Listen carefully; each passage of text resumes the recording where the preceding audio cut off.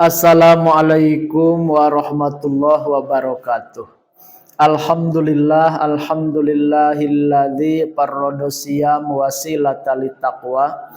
Wassalatu wassalamu ala nabiyil mustafa wa ala alihi wa sahbihi ahli sidqi wal wafa.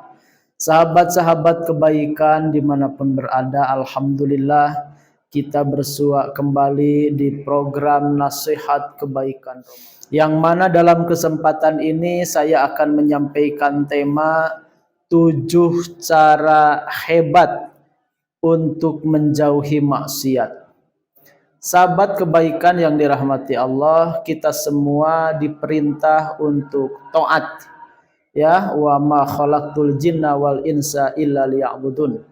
Tidaklah dicipta jin dan manusia kecuali untuk taat.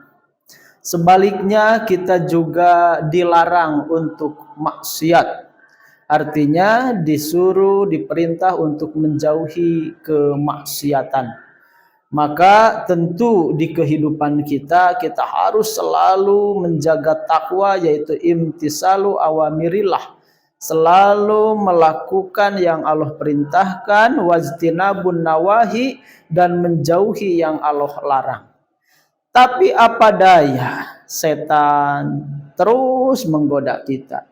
Tapi apa daya, di internal diri kita juga ada nafsu, ada amarah, ada syahwat yang dengannya tidak sedikit dan sering kadangkala kita semua terpeleset, kita semua mungkin terjerumus, kita semua berbuat maksiat dan menjauhi taat.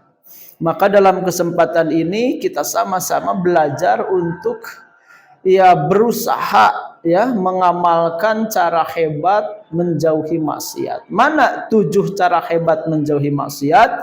Yang pertama adalah zikrul maut, dengan cara banyak mengingat kematian.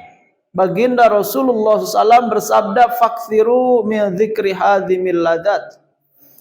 Harus banyak kalian mengingat sesuatu yang akan menghancurkan berbagai kelezatan, kenikmatan.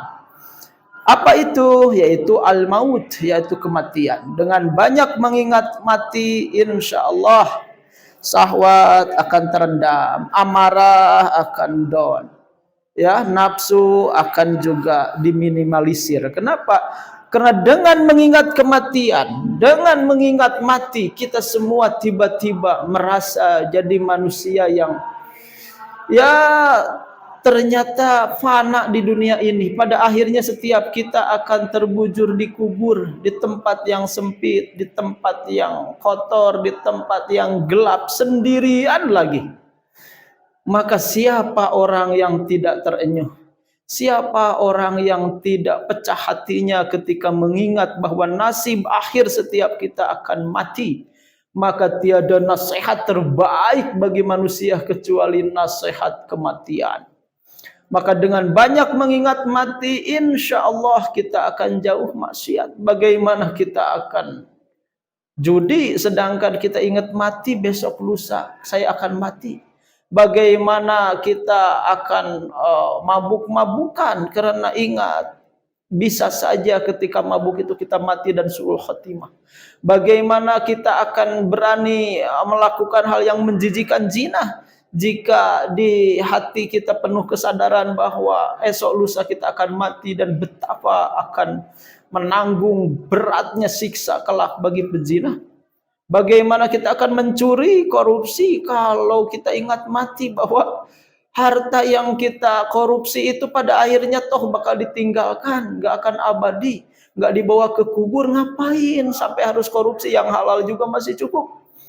Begitu, maka dengan mengingat mati insya Allah jauh dari kemaksiatan.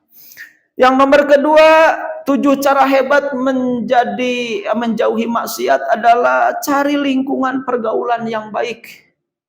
Kita bi'ah hasanah namanya, lingkungan yang baik. Cari. Kenapa? Karena seseorang itu tergantung agama temannya. Maka ketika kita melihat seseorang, menilai seseorang, falyantur kholilahu, lihatlah temannya. Maka kalau temannya, pergaulannya, lingkungannya baik, maka akan baik. Maka kalau kita ingin jauhi maksiat, maka jauhi tempat-tempat maksiat. Kalau kita tidak ingin maksiat, maka hindari orang-orang ahli maksiat. Kalau kita tidak ingin maksiat, maka jauhi barang-barang yang akan menstimulus kita, memancing kita maksiat. Maka itulah rumus atau strategi atau tips yang kedua supaya jauh maksiat, yaitu jauhi lingkungan maksiat. Yang nomor ketiga, cari teman yang baik. Dekati para ulama, dekati para kiai, dekati para ustadz, gabung dengan santri, ya. Cari teman yang agamanya bagus. Teman kita ahli ibadah, kita bakal ke bawah ahli ibadah. Teman kita ahli sedekah, kita bakal ke bawah ahli sedekah. Teman kita akhlaknya baik, tidak temperamen, tidak reaktif, tidak emosional, maka kita akan ke bawah dengan perangainya, ya, pelan tapi pasti kita akan mengikutinya. Maka cari teman yang baik. Kenapa? Karena teman baik akan membawa pada kebaikan. Teman yang buruk bakal membawa kepada keburukan. Maka cari ya sohibus solih, yaitu teman atau sahabat yang soleh. Maka insya Allah kita akan terkondisikan soleh. Selanjutnya yang nomor keempat, banyak mendengar nasihat. Ya, sima'un nasihah, banyak mendengar nasihat. Mungkin punya HP, ada YouTube, yo search-nya adalah nasihat. Ya, kita mau baca, searching-nya adalah nasihat. Kita menyalakan TV, maka silahkan cari TV Islami yang full nasihat. Kita nyetel radio, maka cari radio yang banyak full nasihat. Gitu. Kalaupun Anda masih suka musik, cari musik religi yang penuh dengan nasihat. Maka insya Allah hati kita akan terkondisikan untuk menjauhi maksiat dan selalu dalam taat. Selanjutnya yang nomor kelima, banyak tafakur. Tafakkaru fi khalqillah wala tafakkaru fi dzatillah. Banyak memikirkan kita itu dari mana, sedang di mana, akan kemana. Kita itu untuk apa sih ke dunia ini? Ditafakuri, ya Allah luasnya langit, Allah yang menciptakan. Ditafakuri, ya Allah bentangan luasnya lautan, Allah yang menciptakan. Ya Allah planet-planet, galaksi-galaksi, super cluster, alam semesta yang luar biasa. Ternyata kita itu hanya debu. Tak berarti di hadapan keagungan Allah, maka tiba-tiba kita menyungkur, ya, merindukan yang maha agung, yang maha besar Allah subhanahu wa ta'ala. Dan tiba-tiba kita itu kerdil, tak ada apa-apanya, jauh dari takabur, jauh dari sombong, jauh daripada angkara murka, jauh daripada selalu ingin menunaikan syahwat, ya, dan lain-lain. Kenapa? Karena ternyata kita itu kerdil. Maka banyak tafakur, insya Allah kita akan selalu jadi manusia taat dan bisa menjauhi maksiat. Yang nomor keenam, muhasabah. Kalau tafakur makro, kalau muhasabah lebih kepada diri. Ya Allah, andai detik ini saya mati, apa bekal saya pulang? Ya Allah, andai detik ini saya mati, betapa beratnya nanti beban saya di akhirat karena banyaknya maksiat. Akhirnya dari muhasabah itu keluar istighfar, keluar pertaubatan, keluar nanti rasa penyesalan. Karena syarat taubat kan ada 4. Al-azmu ala yaudah, bertekad tidak akan mengulangi. An-nadam menyesal, al-azmu ala yaudah, bertekad tidak akan mengulangi. Al-istighfar mohon ampunan, dan istihlal juga istirdo, minta ridho, minta halal kepada sesama. Nah, jadi kalau kita banyak muhasabah akan melahirkan pertaubatan. Maka banyak muhasabah diri. Bayangkan dari mulai balik kita usia SMP, ya, usia kelas 6 SD sampai sekarang, betapa dosa-dosa kita, ya Allah, bisa menenggelamkan diri kita tuh. Maka banyak istighfar, banyak taubat, ya. Dengan muhasabah kita akan jadi ahli taat dan bisa menjauhi maksiat. Dan yang terakhir, kunci, ya, kunci supaya kita tidak akan melakukan maksiat lagi dengan apa? Taubatan nasuha, Taubat yang sebenar-benarnya taubat, yang tidak memberi celah lagi untuk maksiat.